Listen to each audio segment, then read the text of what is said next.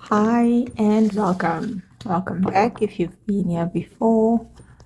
I am doing a Sunday self-care reading today, and I usually use the Neo Tarot deck because it is a self-care, self-love deck.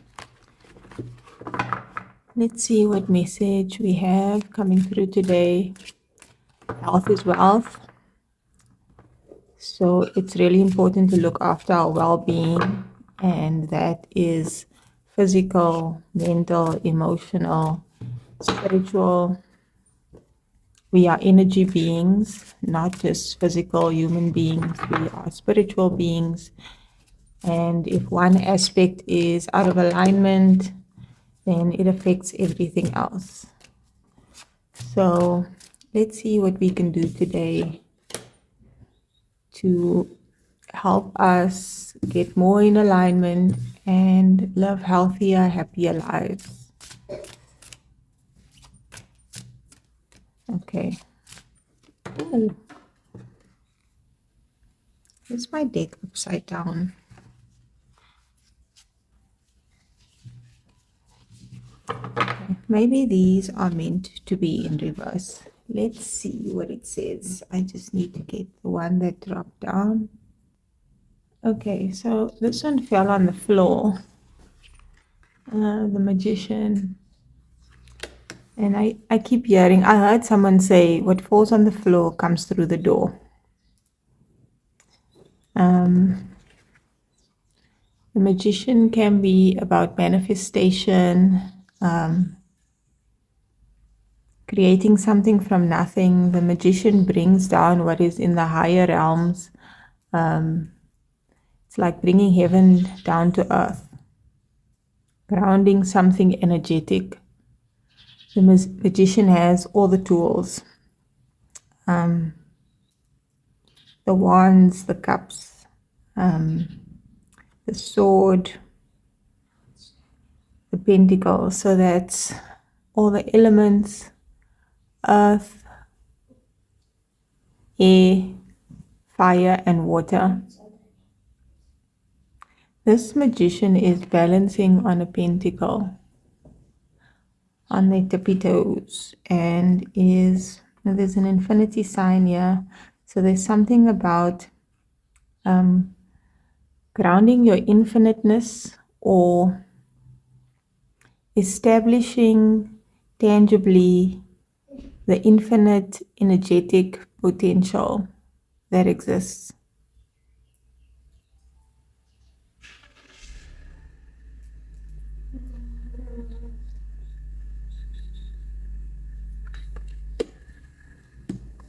We really need to own how magical we are.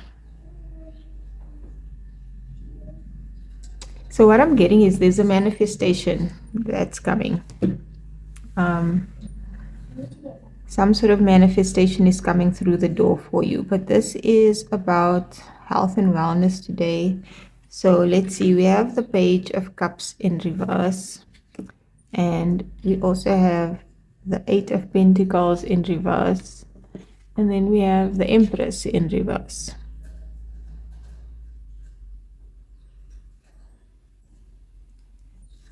I'm almost feeling like someone might have been working too hard and has been drained emotionally. And something might have been stalled in your life, like a stored labor. Like you went into labor, something was meant to be birthed, but that baby is just not coming. Having given birth myself, I feel like everything in nature happens in divine order, in divine timing, and almost effortlessly and magically if we flow and align with it, if we allow it and release the resistance. And if, like with a natural birth, right?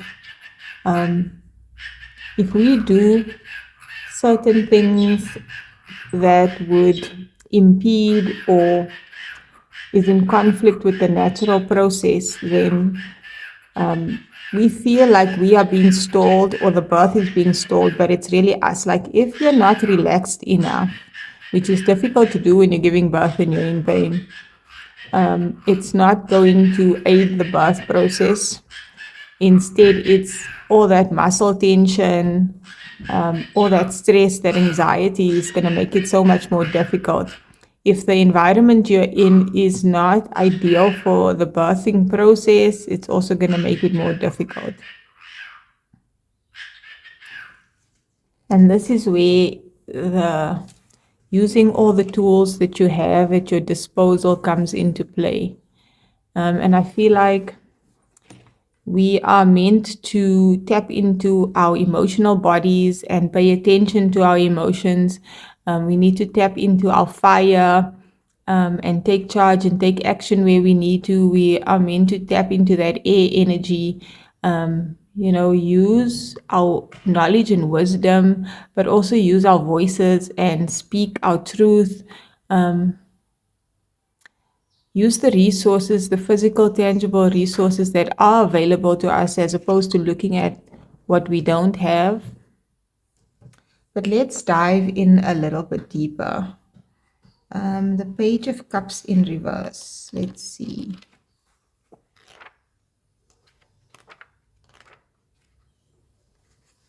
The Page of Cups in reverse. Expectations placed on us either by ourselves or by others are the quickest way to escapism. Living up to them can encourage us to become either jaded and apathetic or stunted by immaturity and naivety. Now, this is interesting. I'm getting solar plexus, and I'm going to overshare just a little in this video. I have been having mid-thoracic back pain, so sort of in the middle of the back, and it feels like it's my spine. And it's like having the sense that there are people on your back, on your case. They have either and this can be energetically, even if nobody is actually physically asking you to do things or forcing you to do things or putting pressure on you. It can be societal pressure or you subconsciously or energetically sensing the expectations others are placing on you, or even placing expectations on yourself to keep up with certain things, to maintain certain things, to accomplish certain things. And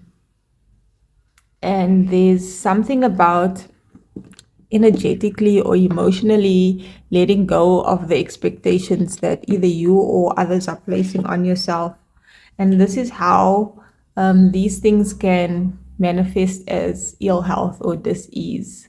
You can have pain in your body, tension in your body from the energy, the words, the actions of others or yourself. It also says, without direction, we can become emotionally distressed or act impulsively. Find a healthy outlet for your emotional release. Harness it in a way that works for you, not against you.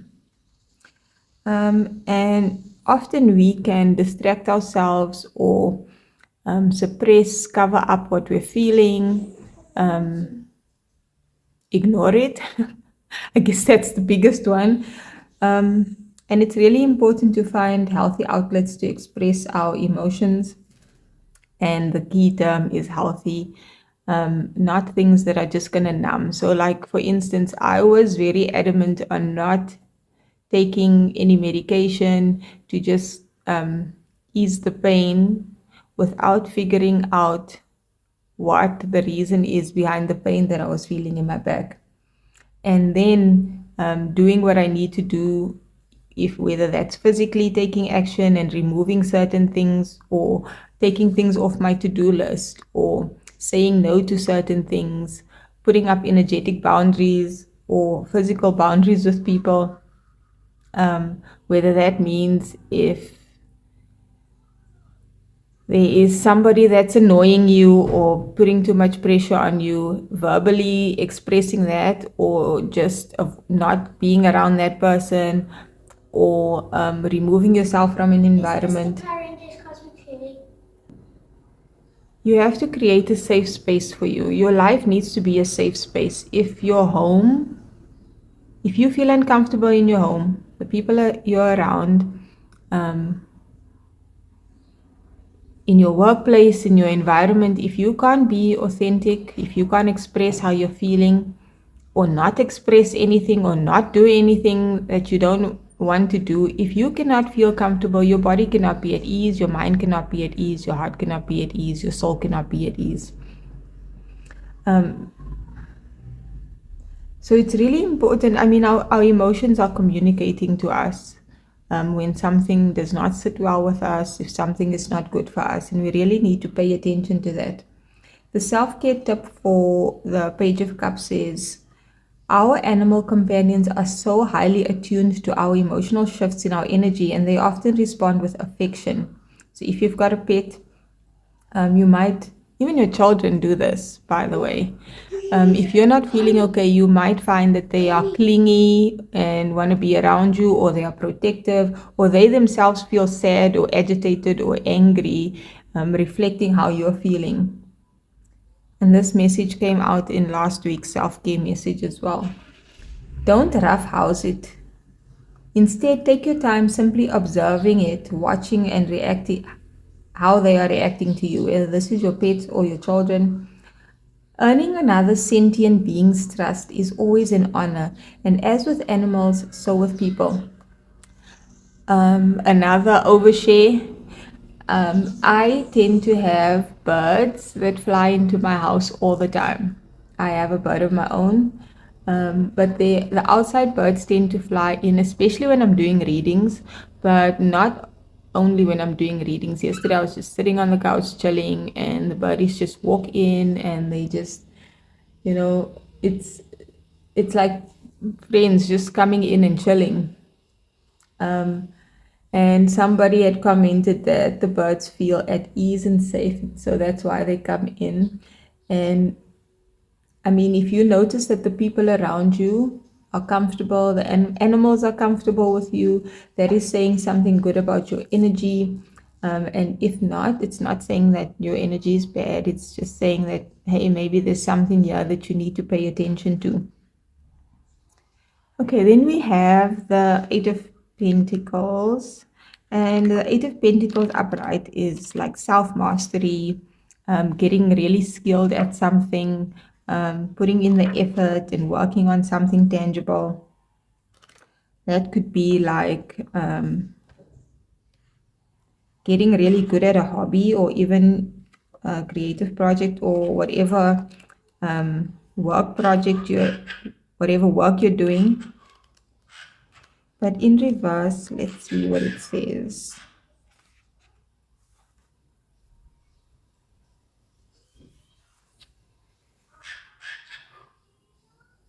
Talent wasted is never good, but sometimes frustration or dissatisfaction is a sign of a deeper issue.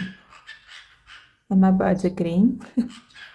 Maybe you're indulging in self-sabotaging tendencies right now. Maybe you're rushing, or maybe you're just through with pouring your energy into a particular pursuit, or this particular pursuit.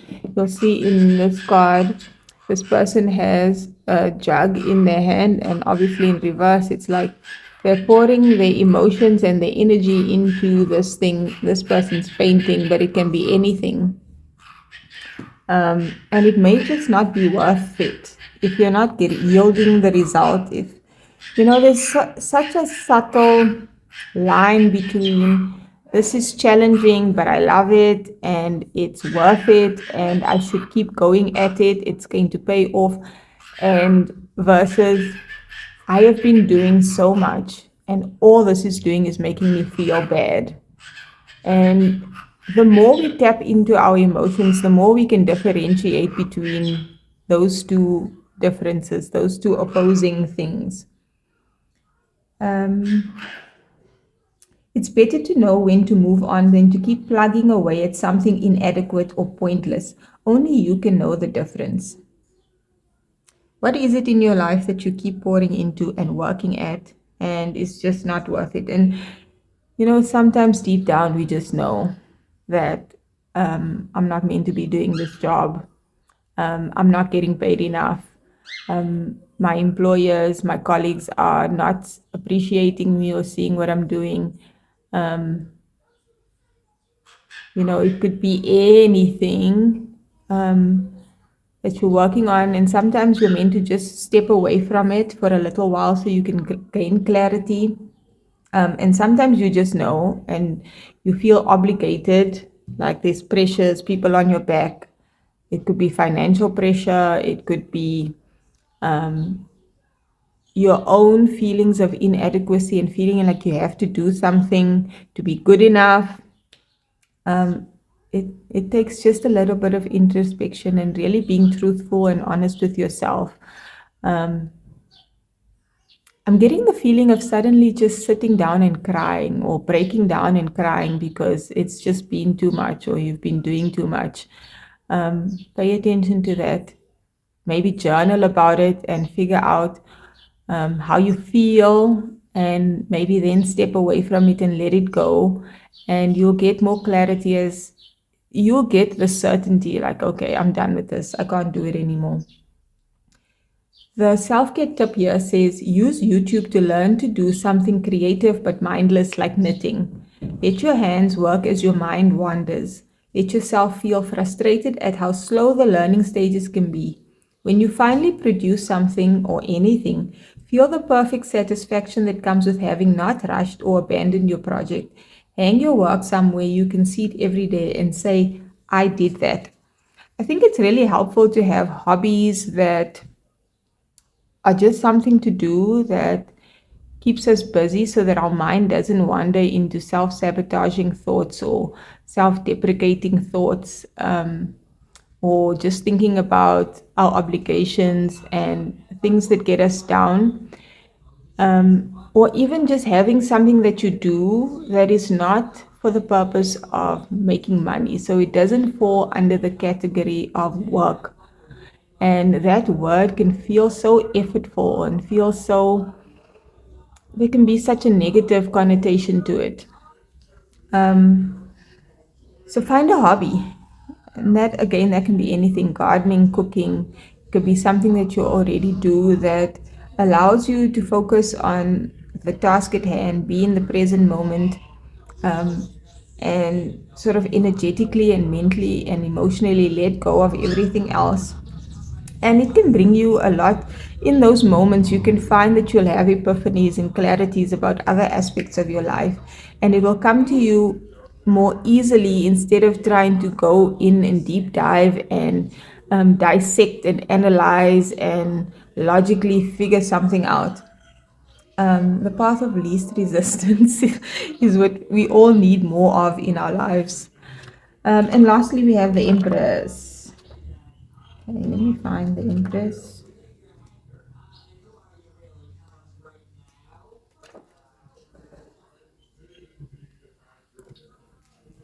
So the Empress in reverse, how can you better self-mother right now?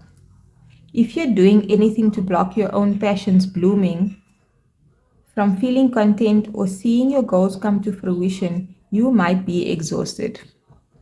You might feel too in your head. There are probably good reasons for that, but you're being called to freely give and receive love, including to yourself.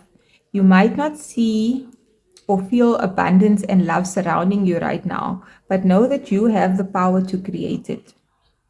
And the themes for the Empress is fertility and pleasure and creativity and abundance.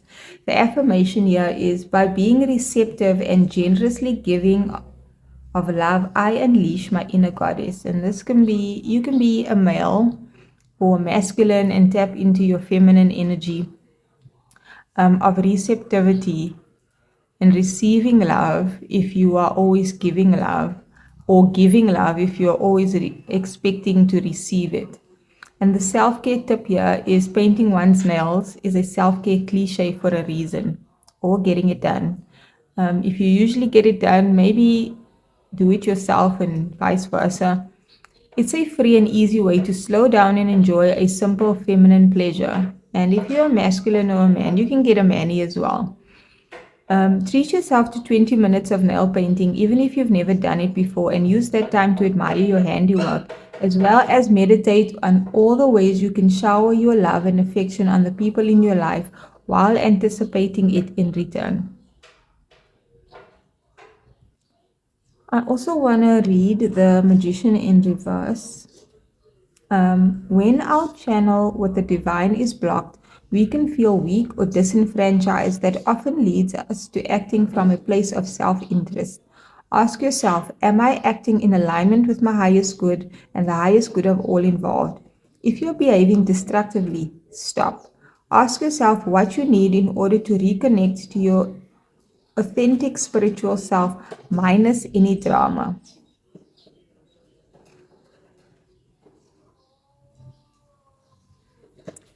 This is about tapping into your inner power, your spiritual power, into the power of love, the power of the universe, and then creating something in the tangible.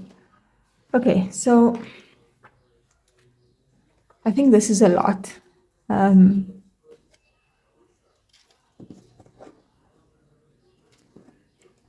Take some time, take it slow. See which aspects you have overgiven to, what things are causing you stress or making you feel like you have to do so much, whether it's yourself or someone else. I hope that you find the time today to do something creative that is just for you, something that fosters self-love, that is just to make yourself feel better without any guilt and without any shame. Take the time to relax. I am being called to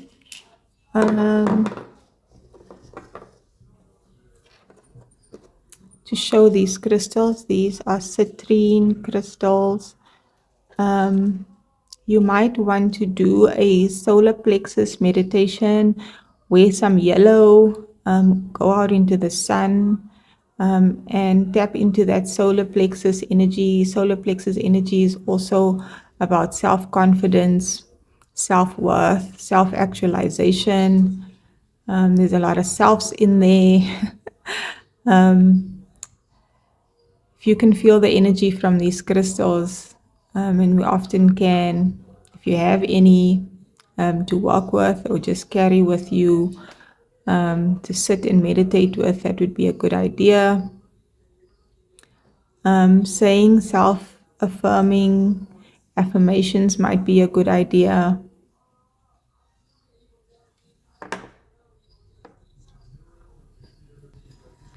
You are a divine being. You are love. You are worthy of love. You are deserving of love. And I hope that love finds you, 23:23 on my clock. Love finds you in ways that you could not possibly imagine today, in infinite ways, in unexpected ways. And I hope that you have a beautiful day.